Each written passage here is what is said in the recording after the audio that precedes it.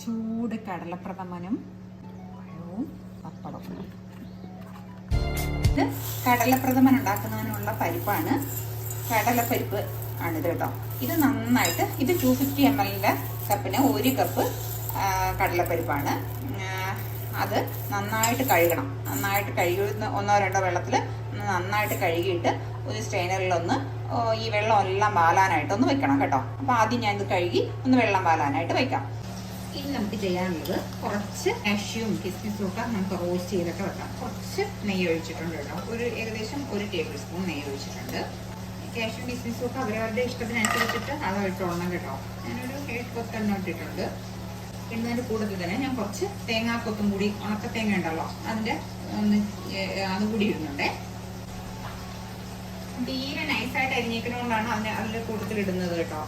അതുകൂടെ ആകുമ്പോൾ അതിൻ്റെ കൂട്ടത്തിൽ കിടന്നിട്ട് പെട്ടെന്ന് ആയി കിട്ടും. തേങ്ങയൊക്കെ ഒന്ന് മൂത്ത് തുടങ്ങിയിട്ടുണ്ട്. ഈ സമയത്ത് കൂടെ തന്നെ നമുക്ക് കുറച്ച് കിസ്മിസ് കൂടി ഇട്ടിട്ടുണ്ട്. ഇത് പോയിട്ടാൽ മതി, നമുക്കിത് കോരി മാറ്റാം. അത് കോരി മാറ്റിയപ്പോഴത്തേക്ക് ഇതാ ഇത്ര നെയ്യ് അധികം വന്നിട്ടുണ്ട്. ആ നെയ്യിലേക്ക് നമ്മൾ ഈ ഊറ്റി വാരി വെച്ചേക്കുന്ന കടലപ്പരിപ്പാണല്ലോ ഒന്നൊരു 3-4 മിനിറ്റ് ഒന്ന് ഓഫ് ചെയ്ത് കൊടുക്കണം കേട്ടോ. ചെറിയ കളർ ചേഞ്ച്, നല്ല ഡാർക്ക് ബ്രൗൺ ആവണ്ട. അപ്പോൾ അതായത് ഇത്രയൊക്കെ മതി. നമുക്ക് ഗ്യാസ് അങ്ങ് ഓഫ് ചെയ്തിട്ട് നമുക്ക് ഇതിനെ അങ്ങ് കുക്കറിലോട്ടൊന്ന് മാറ്റാം. ഇനി നമുക്ക് ഇതിലേക്ക് വെള്ളം ഒഴിച്ചു കൊടുക്കാം. വെള്ളം ഒഴിക്കുമ്പോൾ ഇത് നനന്ന് നിൽക്കുന്ന രീതിയിൽ ഇത് നന്നായിട്ട് വേവണം കേട്ടോ. നമ്മളാ ബോളി വേവിക്കുന്നത് കണക്കല്ല, ഇത് നന്നായിട്ട് വേവണം കേട്ടോ.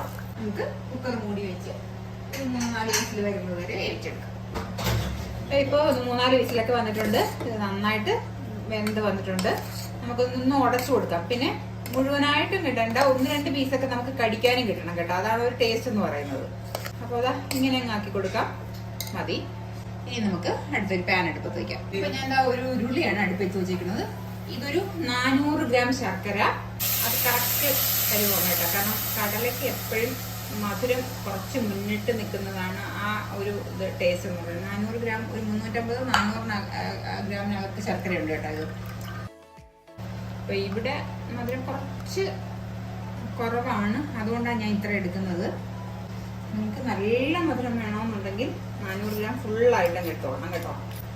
എന്നിട്ട് ആ ശർക്കര ഒഴിച്ച് അതിലേക്ക് തന്നെ നമ്മൾ ഈ വേവിച്ച് വെച്ചിരിക്കുന്ന കടല ഇട്ട് കൊടുക്കാം.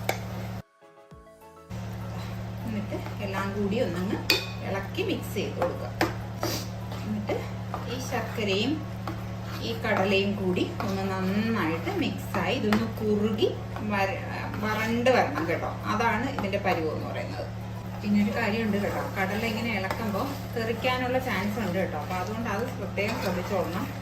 ഒന്ന് ഇങ്ങനെ നന്നായിട്ട് കുറുകി വരണം കേട്ടോ. കുറച്ച് സമയം എടുക്കും. ഒരുപാട് വലിയ തീയിൽ വെച്ചിട്ട് ഇങ്ങനെ കുറുക്കി എടുക്കാനായിട്ട് നോക്കണ്ട. ഒരു മീഡിയം തീയിൽ വെച്ചിട്ട് ഒന്ന് ഇളക്കി എടുക്കണേ. നോൺ സ്റ്റിക്കിൻ്റെ ഒക്കെ പാൻ ആണെങ്കിൽ നമ്മൾ എപ്പോഴും ഇങ്ങനെ ഇളക്കിക്കൊണ്ടിരിക്കേണ്ടി വരില്ല. പക്ഷേ ഈ ഇങ്ങനത്തെ ഉരുളിയൊക്കെ ആകുമ്പോഴത്തേക്ക് നമ്മളൊന്ന് നോക്കി കൊടുത്തോളണം കേട്ടോ. പിന്നും ഇത് ഡ്രൈ ആയിട്ട് ഇങ്ങനെ വന്നിട്ടുണ്ട്.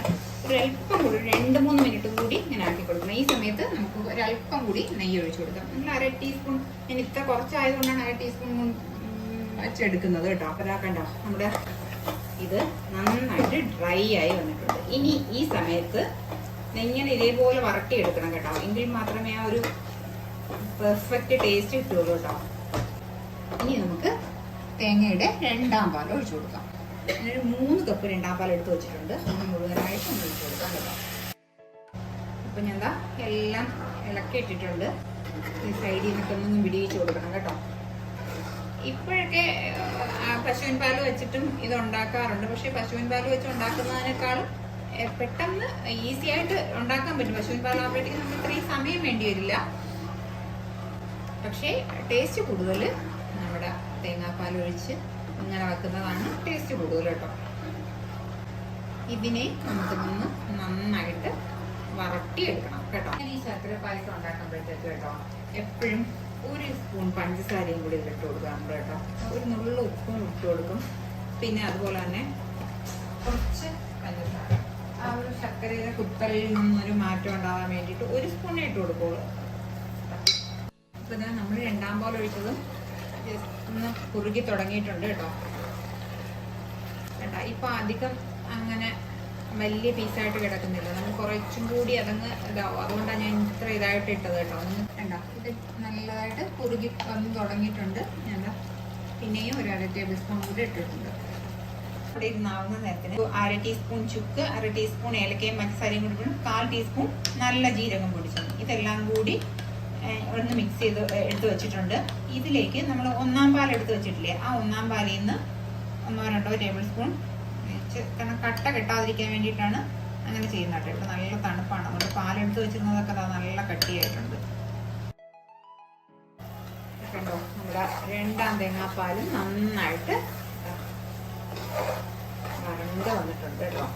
നമ്മൾ ഈ എടുത്ത് വെച്ചിരിക്കുന്ന ചുക്ക്, ഏലക്ക, ചെറിയ ജീരകം ഇതെല്ലാം കൂടി ഇതിലേക്ക് ഇട്ട് കൊടുക്കാം. എന്നിട്ട് നമുക്ക് ആ 1-ാം പാലില്ലേ, 1-ാം പാൽ ബാക്കിയും കൂടി മിക്സ് ചെയ്തിട്ട് ഇതിലോട്ടങ്ങ് ഇട്ട് കൊടുക്കാം. ഇതാ ഈ പാത്രത്തിൽ തന്നെ കുറച്ച് ആ തേങ്ങാപ്പാലങ്ങ് ഒഴിച്ചിട്ട് പറഞ്ഞല്ലോ, ഇവിടെ നല്ല തണുപ്പായതുകൊണ്ട് ആ തേങ്ങാപ്പാലൊക്കെ ഇരുന്നങ്ങ് കട്ടിയായി. ഇനി തിളപ്പിക്കാനൊന്നും നിൽക്കണ്ട. ഇനി നമ്മളിതാ ഈ എടുത്ത് വെച്ചിരിക്കുന്ന ഈ സാധനങ്ങളുണ്ടല്ലോ, ഇതെല്ലാം അങ്ങ് മുഴുവനായിട്ട് ഇനി ഈ പായസം ഒന്ന് കുടിക്കുന്ന ഒരു ചടങ്ങാണ് കേട്ടോ.